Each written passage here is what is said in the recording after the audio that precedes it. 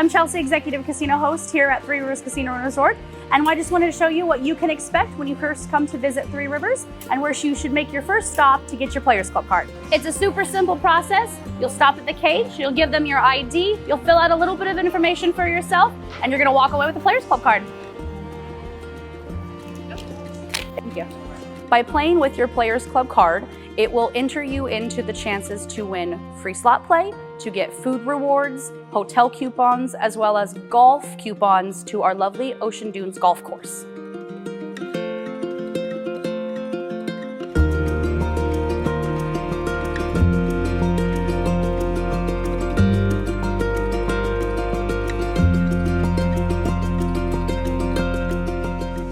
So now that you got your Players Club card, it also entitles you to gifts, which today is the Cuisinart Toaster Oven gift.